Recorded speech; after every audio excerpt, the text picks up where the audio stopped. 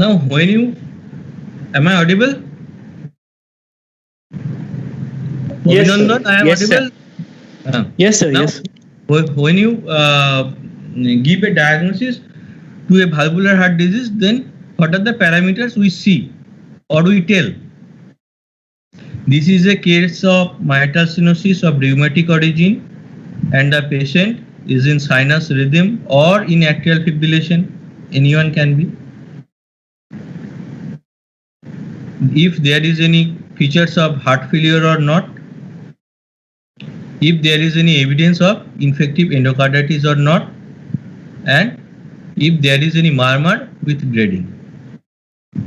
Okay, and also the NYHA classification, means New York Heart Association classification. Do you know what is New York Heart Association classification of cardiovascular disease? The New York Heart Association classification has 4 components. NYHA has 4 components. Number 1 is dyspnea or respiratory distress. Number 2 is palpitation. Number 3 is chest pain, and number 4 is fatigue. Number 1 is respiratory distress or dyspnea. Number 2 is palpitation. Number 3 is chest pain, and number 4 is fatigue. These components, if present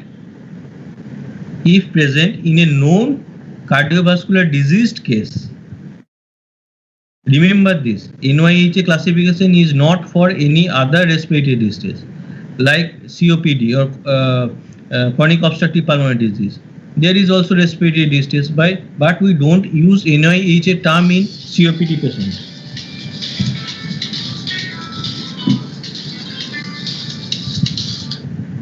Ashis আমি class নিচ্ছি, হ্যাঁ একটু পরে করছি।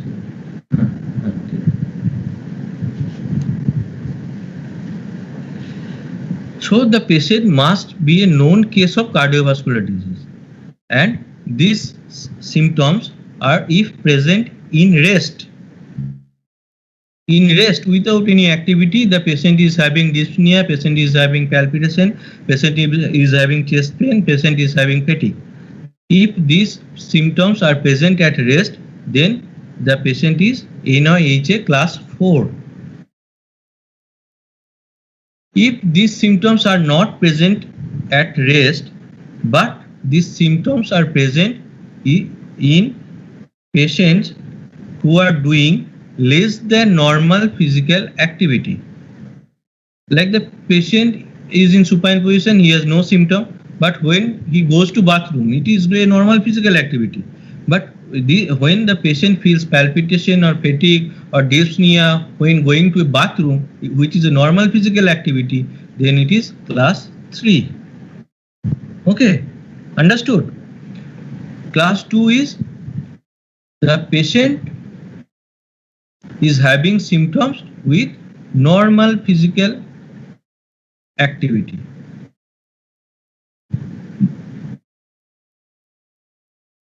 Going to bathroom is a less than normal physical activity we can take, but বাজার যাওয়া বা অন্য কিছু সিঁড়ি দিয়ে সামান্য ওঠা, এগুলো হচ্ছে normal physical activity. When the patient feels symptoms in normal physical activity, then it is class 2.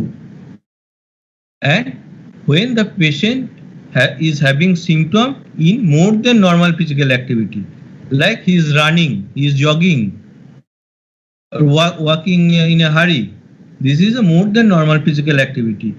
When the patient is having these symptoms in more than normal physical activity, it is class 1.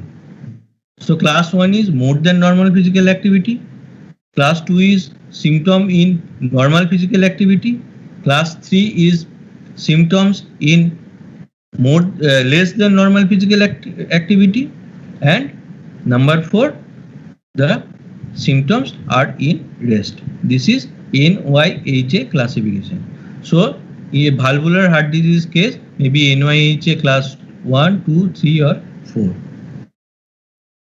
If the patient is NYHA class 4, that means the patient have severe degree of heart failure.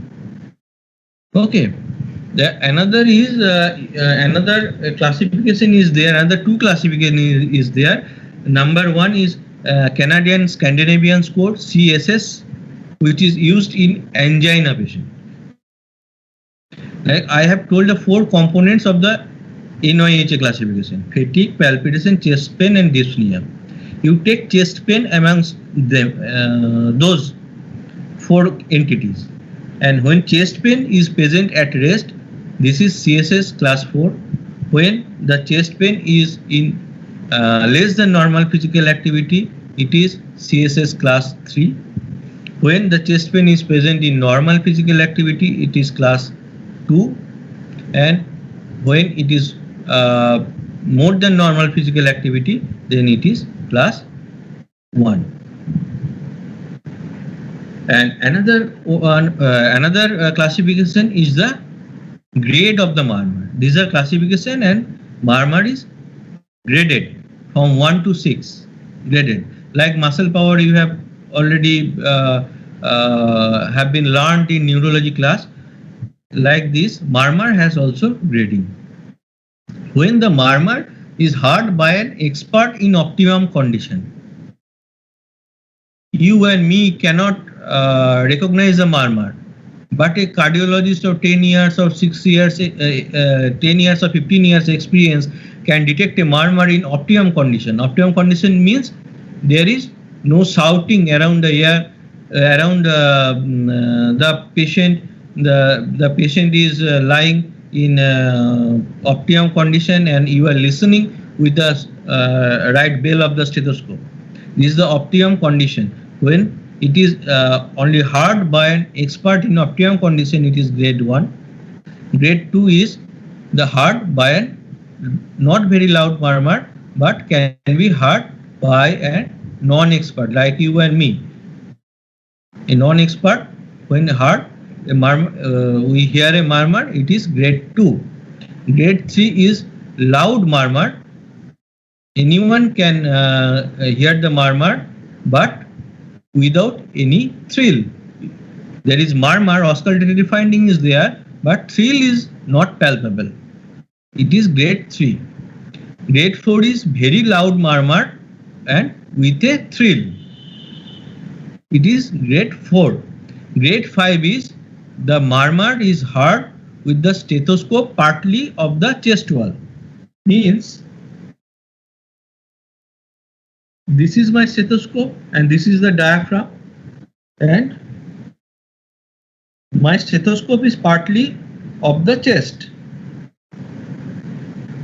This is grade 5 murmur, and obviously with thrill. Grade 4, 5, 6 with thrill.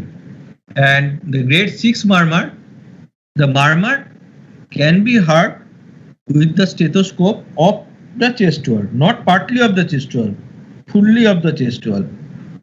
In close proximity of the chest wall, from the diaphragm, you can see the murmur in your here. It is grade 6. So grade 1 is repeat korben. Abar repeat korchi. Grade 1, grade 5 ta. Grade 5 when you hear a murmur with the stethoscope partly of the chest wall, not fully, partly of the chest wall. Some rim of the diaphragm is with my chest and some rim of the diaphragm is off the chest wall. Can you hear me? Can you see me? Yes, sir. Now you can see that my stethoscope is partly of the chest. This is normal auscultatory finding, and this is my stethoscope is partly of the chest. It is grade 5. And when I am pulling off my stethoscope from the chest wall, but it is in close proximity of the chest wall, but you can still hear the murmur, it is grade 6. So grade 1 is the murmur which is audible by an expert in optimum condition. Grade 2 is the murmur that can be heard by a non-expert. Grade 3 is a loud murmur but without a thrill. Grade 4 is very loud murmur with a thrill. Grade 5 is the murmur which is audible with the stethoscope partly of the chest wall. And grade 6 the murmur which is audible fully with the stethoscope fully of the chest wall. This is the 6 gradings of the murmur, grading the classification of the NYHA and classification of the angina pectoris patient.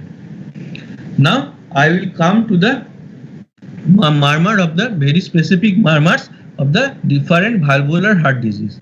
First come to mitral stenosis. Mitral stenosis means the mitral valve cannot close properly. Right?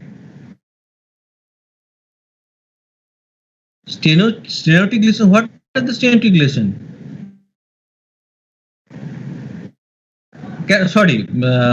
Cannot open properly. The stenotic lesions are the valve cusps cannot open properly, and regurgitation lesions are the valve cusp cannot close properly. So in mitral stenosis, the mitral valve cannot open fully. So when the mitral valve cusp are needed to be opened during the diastole, ventricular diastole, when blood comes from the left atrium to left ventricle, then there is need to open the mitral valve. When the valve cannot open properly, so the valve opening is very narrow, and the same amount of blood, like a normal amount of blood, comes from left atrium to left ventricle. So what will happen? Through a narrowed opening, the same amount of blood is coming, there will be a turbulence that is created around the mitral valve. So the murmur is diastolic, and it is why mid-diastolic. The murmur of the mitral stenosis is mid-diastolic murmur, because have you read the cardiac cycle recently or have forgotten? In first year physiology, you have read the diastolic phases of the cardiac cycle. The first is isovolumetric relaxation phase, where when the mitral valve does not open and systole is over, but the ventricle is relaxing to reduce its pressure. This is called isovolumetric relaxation period. During this period, the mitral valve cusps do not open. So this is the first phase of the diastole. During this phase, no blood comes from the left ventricle, left atrium to left ventricle. So there is no question of creating any murmur. So the first phase of the diastole is free from murmur in mitral stenosis.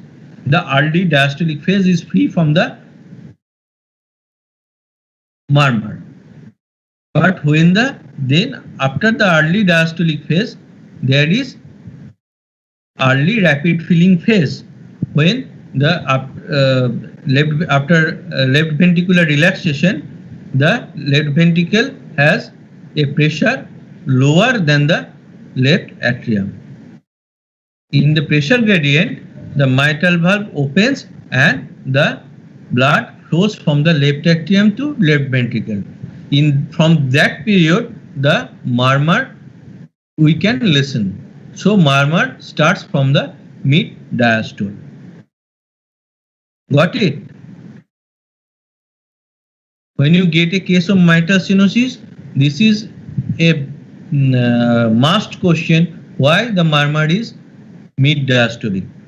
You will say that, sir, because the murmur is mid diastolic, because in early diastole there is ventricular relaxation period. In that period, the valve cusp does not open, and no blood comes from the left atrium to left ventricle. So there is no question of producing of any murmur.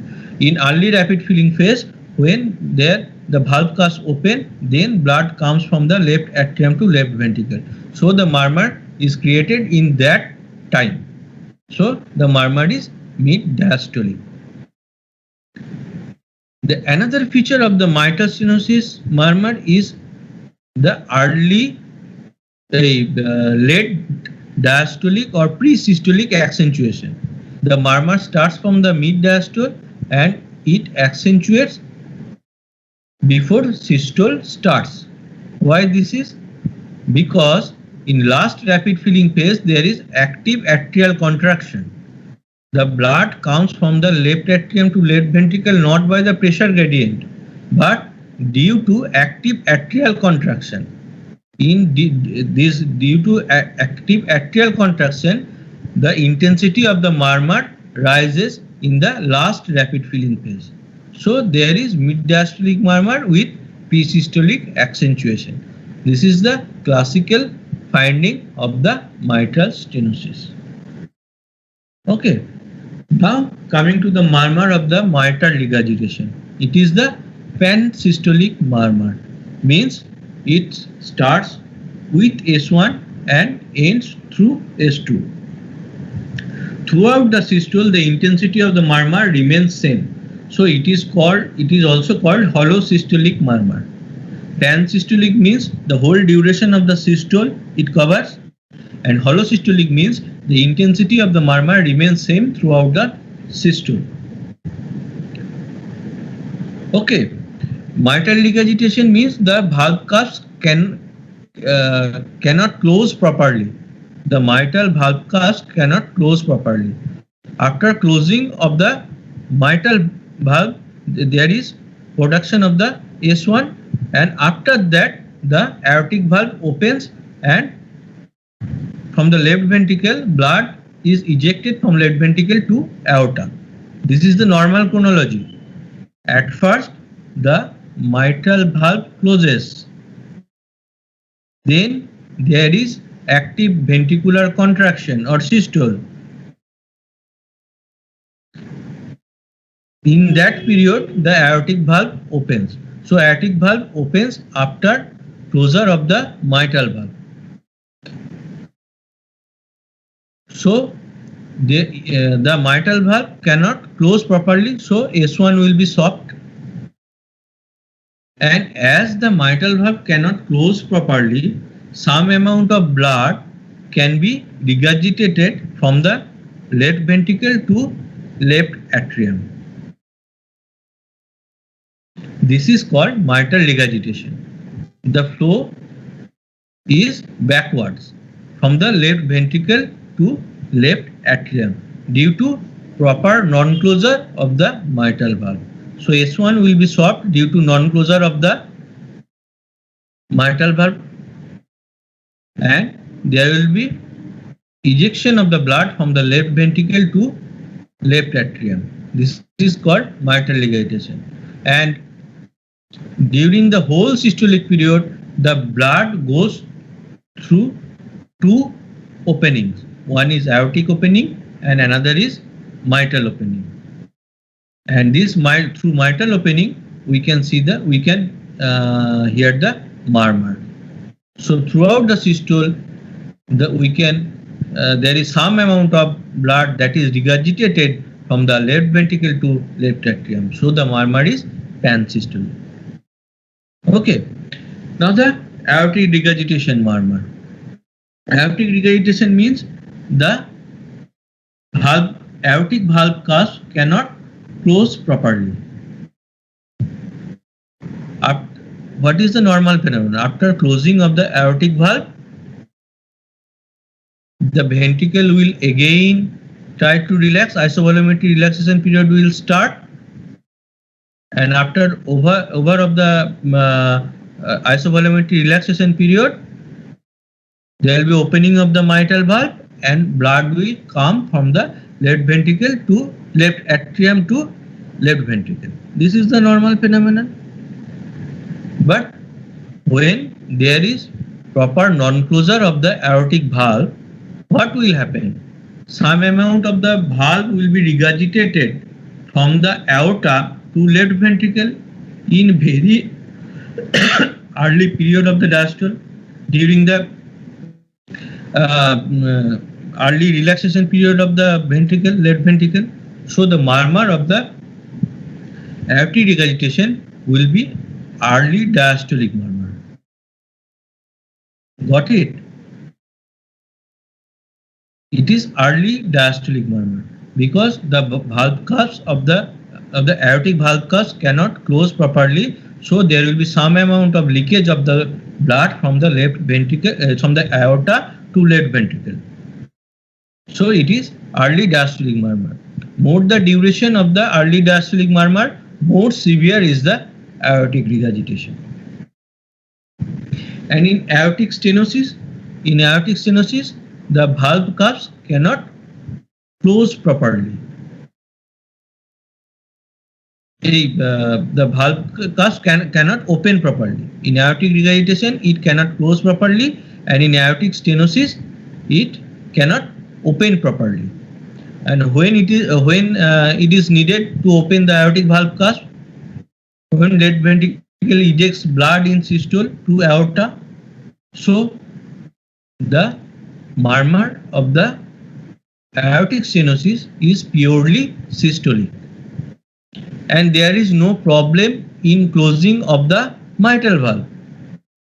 So mitral valve closes first, then aortic valve opens, and the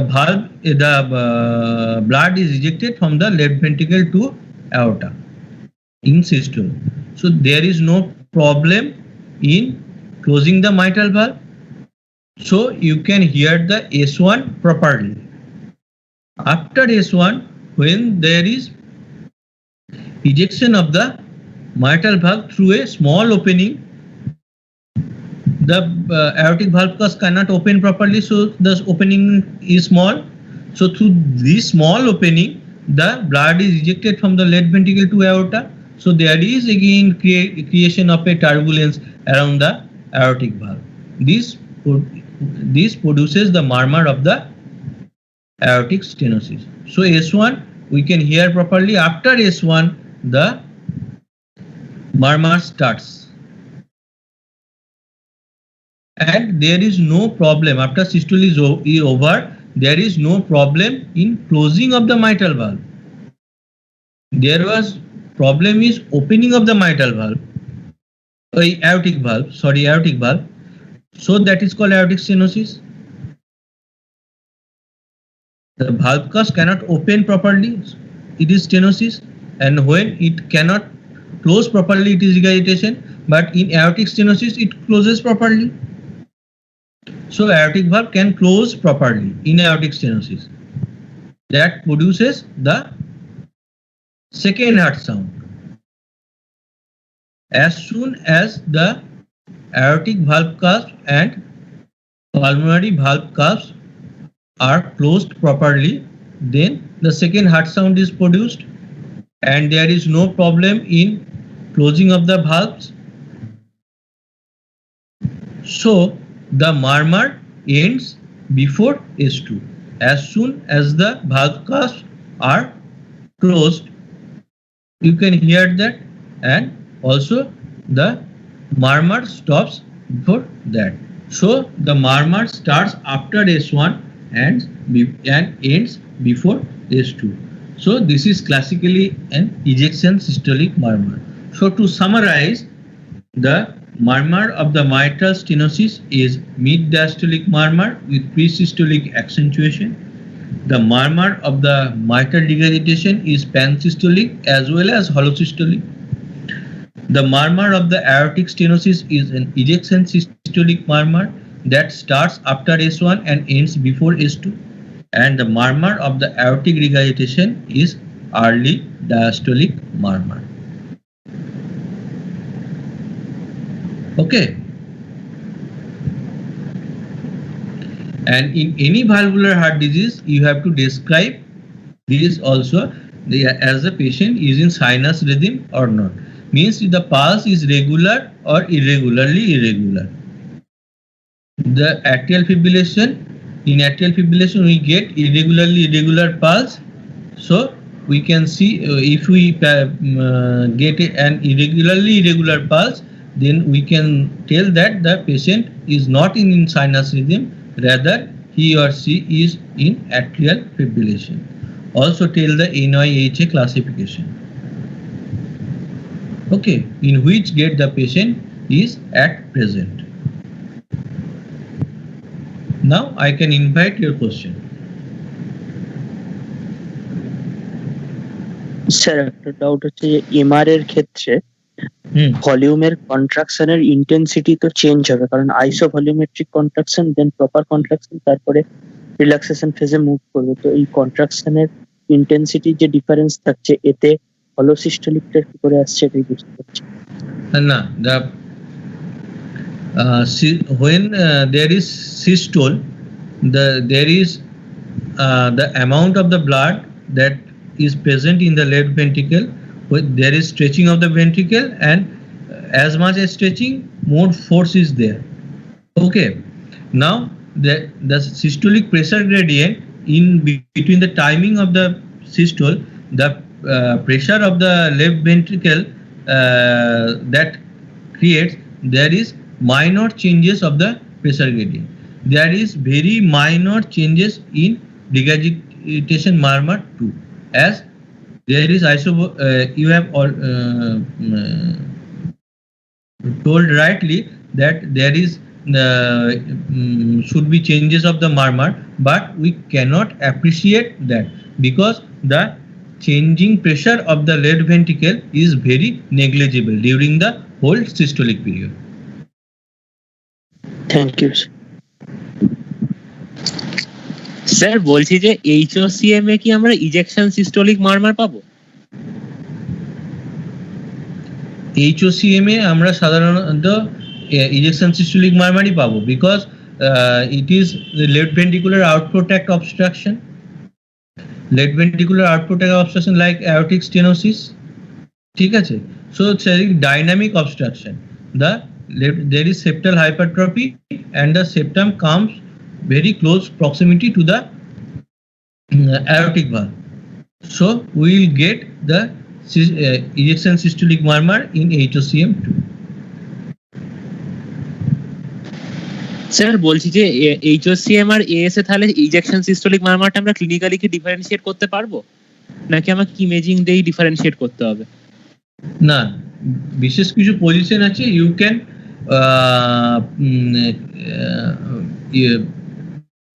differentiate between the aortic stenosis murmur and HOCM. Like patient in standing position, now suddenly you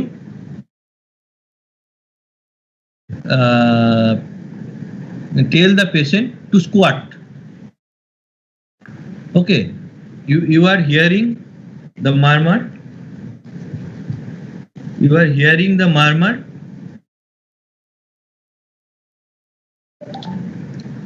In standing position or sitting position. Now you tell the patient to squat suddenly. During squatting, what happens? There is increase in total peripheral resistance. When there is increase in total peripheral resistance, the intensity of the murmur of the HOCM decreases. Okay, another thing is the murmur of the HOCM is most pronounced in left fourth intercostal space, and the murmur of the aortic stenosis is most pronounced in right second intercostal space. These are the differentiating points between the aortic stenosis murmur and HOCM murmur. Okay sir. Hello sir, বলো। Sir হিভ আর লিফটের মধ্যে ডিফারেন্সটা কি?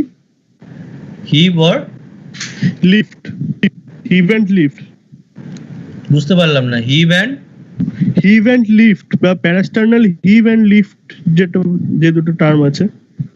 Parasternal heave and lift. Parasternal heave and lift, there is no major changes between the parasternal heave and parasternal lift. Parasternal heave is you can when you place your ulnar border of the hand in the parasternal border, your ulnar border of the hand is not detached from the precordium. It is hip, but when it can detach your hand from the precordium, it is called parasternal lift. When there is very severe degree of right ventricular hypertrophy, as in very severe pulmonary arterial hypertension, you can palpate parasternal lift as if the ulnar border of the hand is being detached from the surface. Okay, sir. Thank you.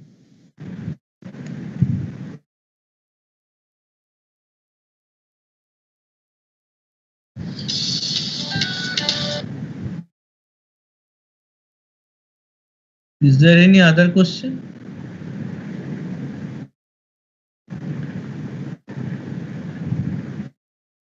Kuntal sir will take other classes also. He will also discuss about the valvular heart disease, its severity, how you can judge the severity of the murmur, like that.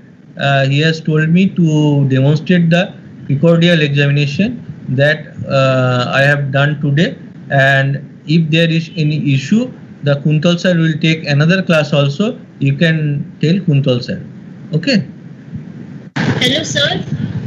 Hello, Yes. sir. Can you know how to differentiate between parasternal heave and parasternal pulsation?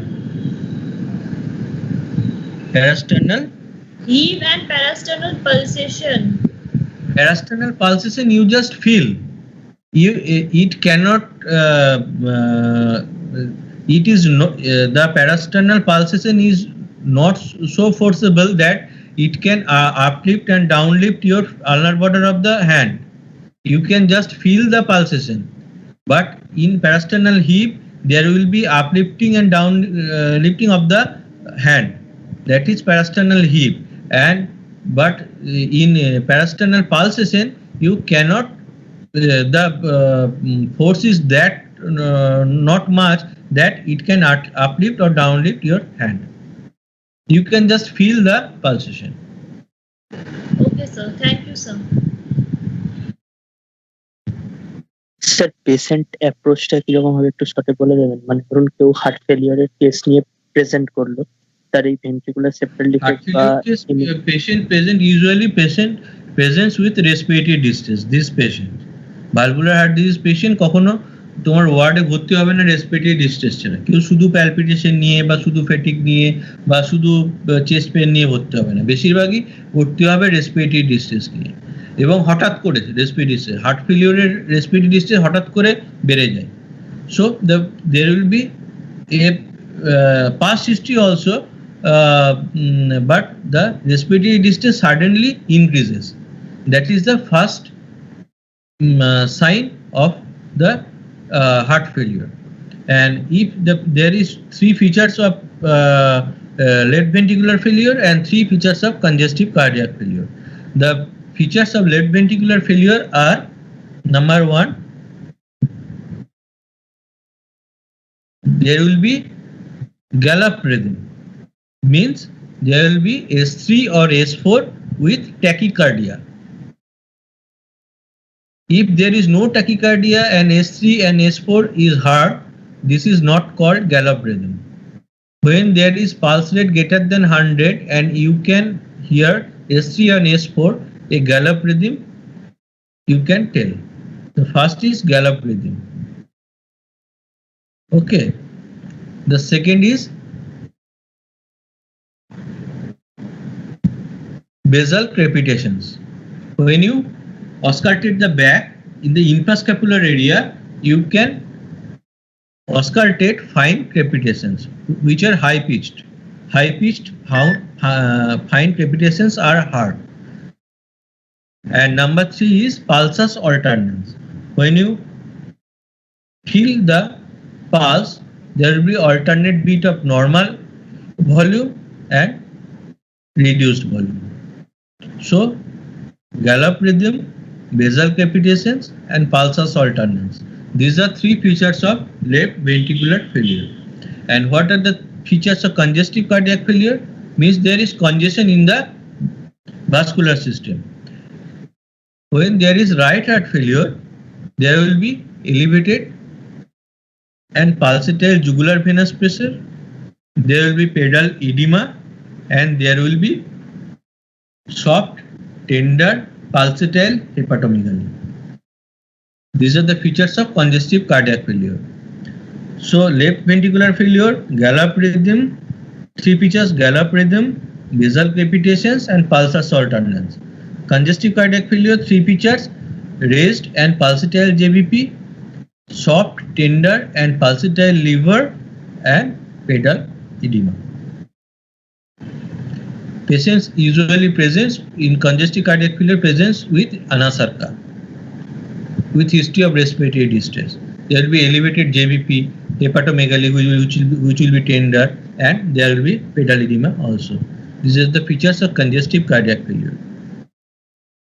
And when you are getting a case of left ventricular failure and the sign known of the murmur like that, then you can see that it is a case of mitral stenosis or mitral regurgitation in left ventricular failure or any NYHA classification. Thank you, sir.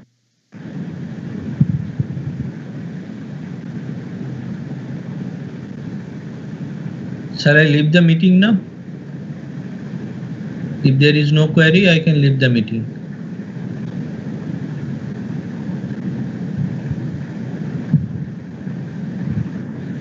Okay, thank you.